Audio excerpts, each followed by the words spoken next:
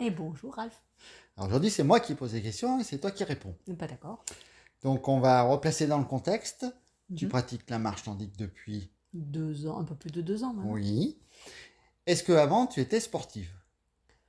Non, si être sportif, c'est avoir quand même une activité physique régulière. Oui. Donc moi, je faisais quoi? Un peu de rando, je mettais, allez, 3-4 rando dans l'été, allez, je suis large, hein. Et puis une ou deux sorties VTT, et puis de temps en temps d'aller marcher le week-end. C'était pas vraiment... C'était de l'activité physique, mais pas régulière, quoi. D'accord. Non, je me considérais pas comme sportive. D'accord. Et tu as découvert la marche nordique donc il y a 2 ans, comme tu nous l'as dit. Oui.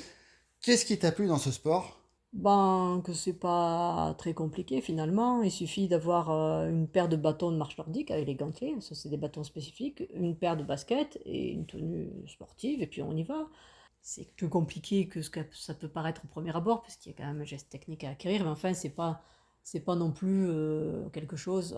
On a réussi au début à se débrouiller avec quelques vidéos YouTube, on s'en sortait pas trop mal, alors après on s'est On peut perfectionné. vite se faire Mais on peut plaisir. vite voilà, avoir du plaisir à sentir la propulsion des bateaux, se dire ah ouais, ça aide à avancer mieux, on fatigue moins les jambes et on bouge tout le corps.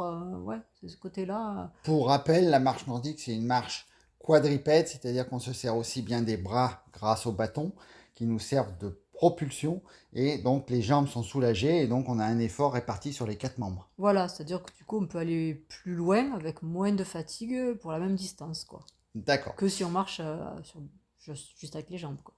Tu pratiques combien de fois par semaine?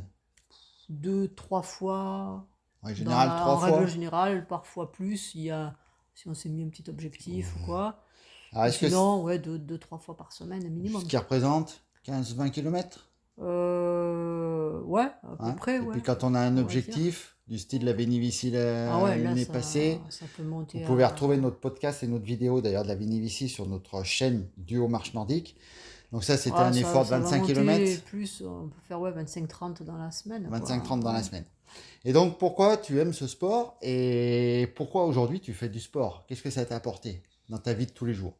Bah déjà, je me suis dit, parce que vu que j'ai 53 ans, bon, je veux rester le plus en bonne santé possible. Et il faut pas se leurrer, à partir de 50 ans, on commence à avoir des douleurs, on se dit tiens j'ai mal là, tiens j'ai mal là, tiens j'ai mal là. Donc le fait de faire la marche nordique, je sens moins de douleurs dans le corps que si j'en fais pas, si je m'arrête. Donc ça c'est intéressant. Et puis le fait d'avoir une activité physique régulière, de bouger, c'est bon pour la respiration, la circulation du sang, le cœur, les articulations, la souplesse, l'équilibre. En plus, la marche nordique, c'est complet parce que ça sollicite plein de capacités.